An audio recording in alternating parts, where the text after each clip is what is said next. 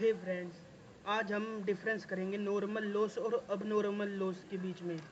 Difference between normal loss and abnormal loss. तो आप यहाँ देख सकते हैं कि मैंने यहाँ इसका चार्ट बनाया हुआ है। नॉर्मल लॉस से शुरू करते हैं।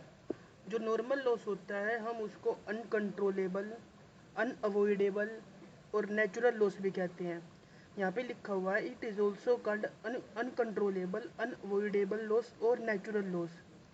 जबकि जो अबनॉर्मल लॉस होता है उसको हम कहते हैं कंट्रोलेबल लॉस या अवॉइडेबल लॉस या अननेचुरल लॉस। पहले हम ये थ्योरी पढ़ेंगे, उसके बाद एक एग्जांपल से भी इसको समझेंगे। सेकंड पॉइंट में लिख रखा है कि it occurs due to natural causes such as leakage, drying, evaporation etcetera. Leakage का मतलब है कि एग्जांपल लेते हैं कि आपने 100 किलो बर्फ़ खरीदी है और आप उसे लेके जा रहे हो अपनी शॉप तक और रास्ते में 10 जो किलो बर्फ़ है वो पिघल गई है। 10 किलो बर्फ़ पिघल गई है, इवेपोरेट हो गई है। इवेपोरेशन का एग्जांपल ले रहे हैं। इवेपोरेट हो गई है तो अब हमारे पास 90 केजी बर्फ़ बच गई है। तो यही कह रहा है कि जो ये लॉस होता है हम इसको नॉर्मल लॉस कहते हैं, इवेपोरेशन वाले लॉस को। ड्राइंग लॉस मतलब जैसे आपने गेहूँ देखी होगी, तो गेहूँ जब खेतों से कटती है तो वो गीली होती है तो उसका वेट ज़्यादा होता है। लेकिन जब हम उसको धूप में रख देते हैं तो वो सूख जाती है तो उसका वेट भी कम हो जाता है।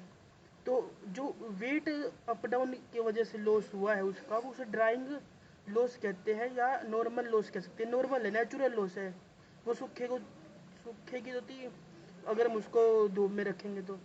लीकेज का है जैसे मान लीजिए कोई लीकेज का है जैसे ये आपने देखा होगा कि शॉप्स पे जो कैंपर रखे होते हैं पानी वाले, जो इनको भरने आते हैं, उनके ट्रक में से पानी टपकता रहता है तो वो लीक होता रहता है, तो लीकेज लॉस है, नॉर्मल लॉस है। अब ये कह रहा है, थर्ड पॉइंट में कह रहा है कि it forms part of goods sold and closing stock of goods. तो ये भी हम एग्जांपल से ही समझेंगे। और ये और ये कह रहा है कि no entry is passed in the books regarding the normal loss. ये कह रहे हैं कि जो बुक्स ऑफ अकाउंट्स है उसमें कोई भी एंट्री नहीं होती है नॉर्मल लॉस की। एग्जाम्पल लेते हैं, तो इसका एग्जाम्पल लेते हैं कि जैसे हमने 100 केजी बर्फ खरीदी है, 100 केजी आइस, और वो हमने रुपये 50,000 की खरीदी है, 50,000 की। तो जब हमने आइस परचेज की होगी तो एंट्री की होगी। अभी एंट्री नहीं करते हैं, अभी हम कंसेप्ट समझते हैं। तो 100 केजी आइस खरीदी हमने, 50 केजी 50,000 की, और रास्ते में जाते हुए उसमें से जो है 100 केजी आइस इवेपोरेट हो गई मतलब नॉर्मल लॉस की बात कर रहा हूँ मैं। इवेपोरेट हो गई तो उसकी कोई कॉस्ट नहीं मानेंगे हम जब हम नॉर्मल लॉस का कंसेप्ट करेंगे। और जो रिमेनिंग आइस बच गई 90 केजी आइस, तो उसकी ही वैल्यू हम 50,000 मान लेंगे कि हमने 90 केजी आइस जो है 50,000 रुपये खरीदी है। हम उस लॉस को कंसीडर ही नहीं करते इसमें। तो 90 केजी आइस 50,000 रुपये की खरीदी हमने। अगर हम यहाँ पे पर केजी आइस की कॉस्ट निकालें तो आएगी 50,000 डिवाइडेड बाय 100 केजी, तो ये आ गई 5 पर केजी। तो इनकी 1 केजी जो आइस है वो 500 रुपये की आई है हमारे पास जब हमने खरीदी थी। और अब यहाँ पे लॉस हो गया, हमारा लॉस हो गया 10 केजी का, हमने उसकी वैल्यू लगाई नहीं। और जो रिमेनिंग बच गई 90 केजी आइस, उसकी वैल्यू ही हमने 50,000 लगा ली। तो इसकी पर केजी प्राइस क्या हो गई, 50,000 डिवाइडेड बाय 90। तो इसकी कॉस्ट हो गई रुपी 555.55 पर केजी।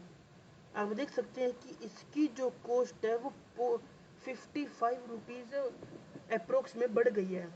अब जो हमारा आइस का बिजनेस है तो हमने इसमें से बेच भी दिया है।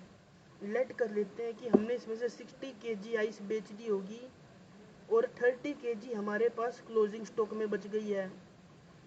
60 केजी आइस हमने बेच दिया, तो 60 केजी आइस थी कितने रुपए की, 60 kg इंटू में 555.55 पर kg, तो ये तो थी रुपीज़ 33,333। और इसकी कॉस्ट आ जाएगी 30 kg इंटू में 555.55 रुपीज़ पर kg, तो इसकी कॉस्ट आ गई 16,666.5 रुपीज़, 5 रुपीज़। और यहाँ पे भी 0.5 आएगा, तो 0.5 यहाँ पे, 0.5 यहाँ पे। और जो 60 kg है ये तो उसकी कॉस्ट है ना, हम इसको शेयर थोड़ी ना इस पे करेंगे। हम मान लो हमने इस पे 50,000 रुपये की बेची, इसको 50,000 रुपये की बेचती, और ये तो इस पे ही वैल्यू होगी क्योंकि इसकी कॉस्ट ही हमने इस तरह से बढ़ा दिया है। तो एंट्री हम करेंगे purchase account debit to cash account 50,000 being 90 kg ice purchased for rupees 50,000। यहाँ पे हमने एंट्री में ही लिख दिया कि हमने 90 kg आइस जो है वो 50,000 रुपये की खरीदी है। सेलिंग के टाइम पे एंट्री कर देंगे कि cash account debit to sales और credit debtor account debit to sales as the case में भी 50,000 रुपीज़। और जो यहाँ पे क्लोजिंग स्टॉक बच गया है ना, इसकी वैसे तो कोई एंट्री होती नहीं है क्योंकि ये हमारा ट्रेडिंग अकाउंट में क्लोजिंग स्टॉक पे दिखाया जाता है बाय बैलेंस सीडी करके, by balance CD of raw material. इसकी कोई एंट्री नहीं है, ये ट्रेडिंग P&L में शो होता है। अब बात करते हैं एबनॉर्मल लॉस की। हमने नॉर्मल लॉस समझ लिया है, अब अबनॉर्मल लॉस है। अबनॉर्मल लॉस ये कह रहा है कि अबनॉर्मल लॉस को हम कंट्रोलेबल लॉस, अवॉइडेबल लॉस या अननेचुरल लॉस के नाम से भी जानते हैं। ये सेकंड पॉइंट में कह रहा है कि it occurs due to mischief, mishappening etcetera, it can avoided with proper care. Mischief मतलब गलत हरकत की वजह से ये लॉस हुआ है, मतलब हमारे किसी एम्प्लॉय ने हमारे गुड्स चुरा लिए हैं एक्सेट्रा। मिस हैपनिंग का मतलब है कि हमारे गोडाउन में आग लग गई है, चोरी हो गई है, कोई और तरह से नुकसान हुआ है जो हमारे कंट्रोल में नहीं था। हम इसको जो है प्रॉपर केयर की मदद की वजह से रोक सकते हैं। जैसे मान लीजिए कि हमारे गोडाउन में 10,000 रुपये का माल रखा है और हमारे यहाँ आग लग गई है, तो 10,000 रुपये का माल जल जाएगा, लेकिन हमने अगर फायर एक्सटिंग्विशर लगा रखे होंगे फैक्ट्री में तो हम आग बुझा सकेंगे, और उस 10,000 में से कम 2-3 कुछ का तो माल बचेगा ही अपने पास। तो ये कह रहा है कि it can be avoided with proper care, it does not form part of good sold and closing stock. आपने नॉर्मल लॉस में भी ये बात पढ़ी थी कि it forms part of good sold and closing stock.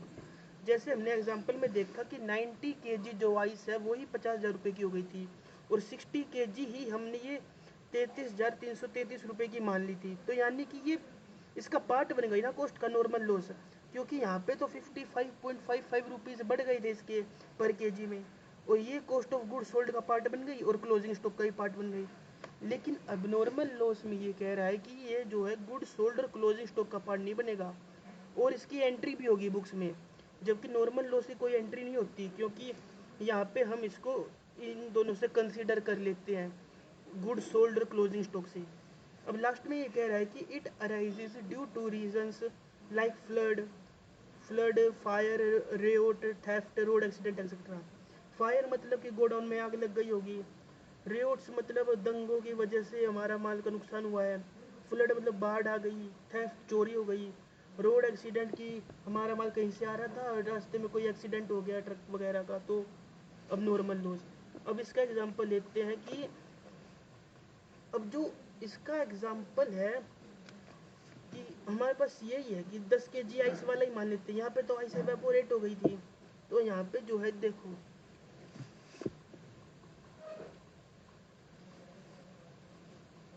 जो हमने 100 kg आइस खरीद दिया है 50,000 रुपये की,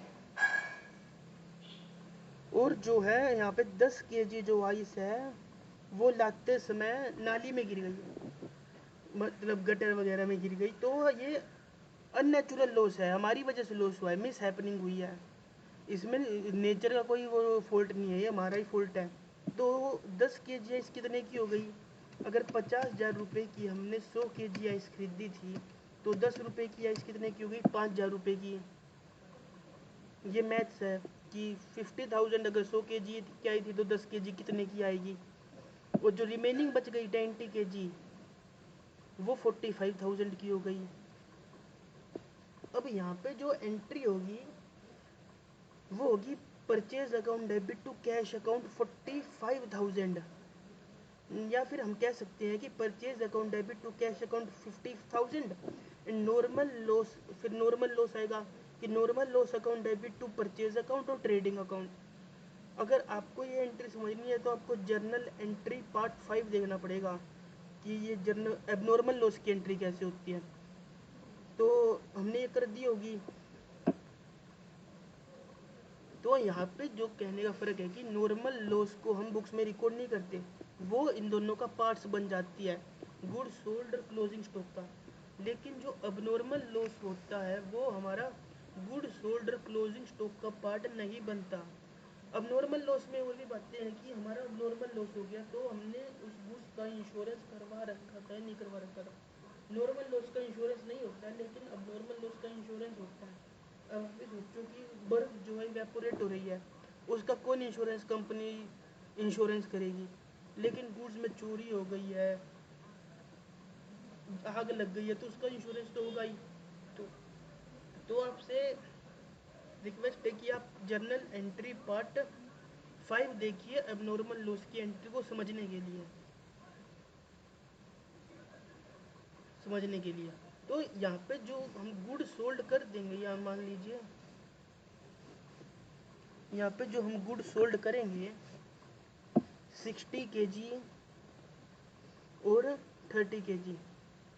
आप देखिए कि यहाँ पे पर यूनिट का कितना था, 500 पर kg, ₹500 पर kg।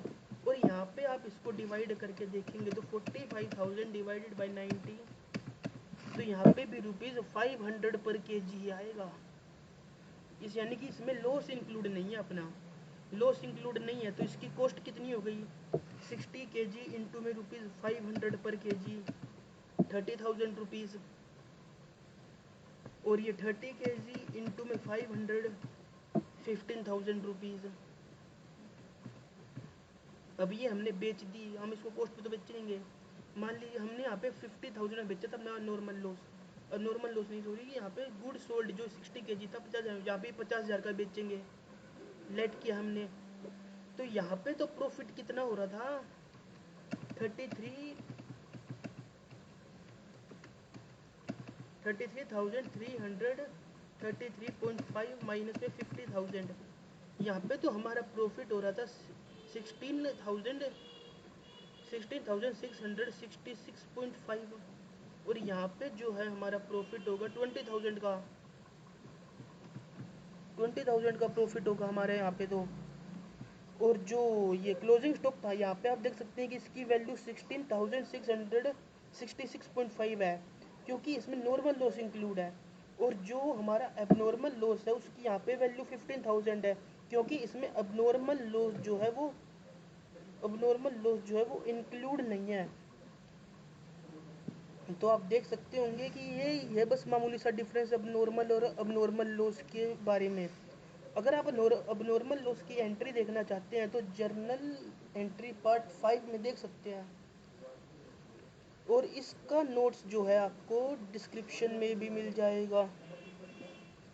ओके फ्रेंड्स, आज की वीडियो में इतना ही। Thank you.